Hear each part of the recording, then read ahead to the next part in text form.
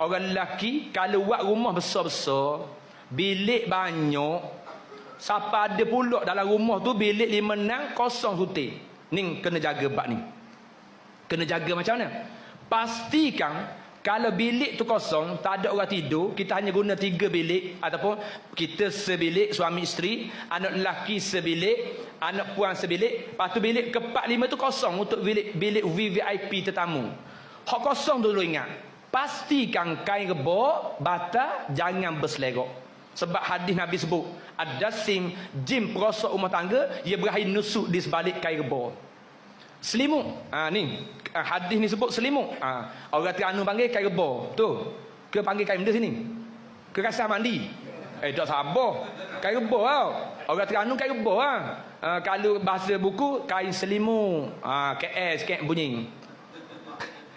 Nak royaknya, kalau ada rumah bilik kosong, pastikan jangan kain rebah kita berterabur dok lipat. Sebab ni Nabi sebut, ada sim perosok rumah tangga, ia berakhir nusuk dalam kain rebah, kain selimut.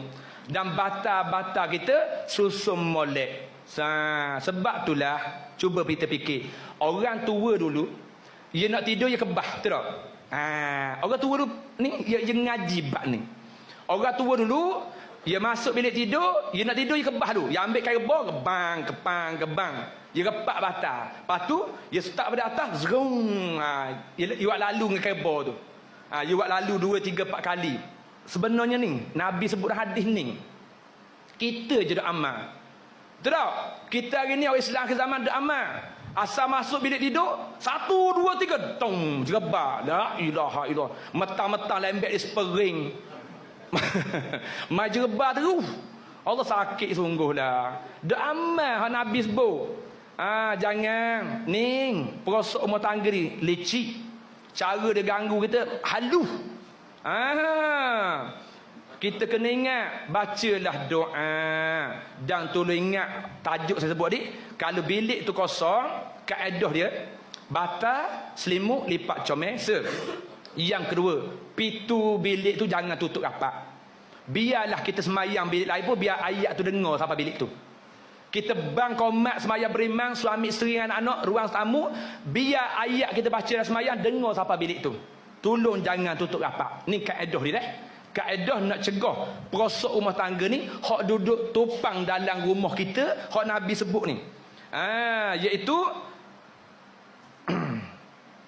wasinfun hayyatin wasinfun yahullu nawayaz'anun. Satu golongan yang berpindah daripada satu tempat ke satu tempat, daripada satu rumah ke satu rumah, daripada bilik ke bilik ni.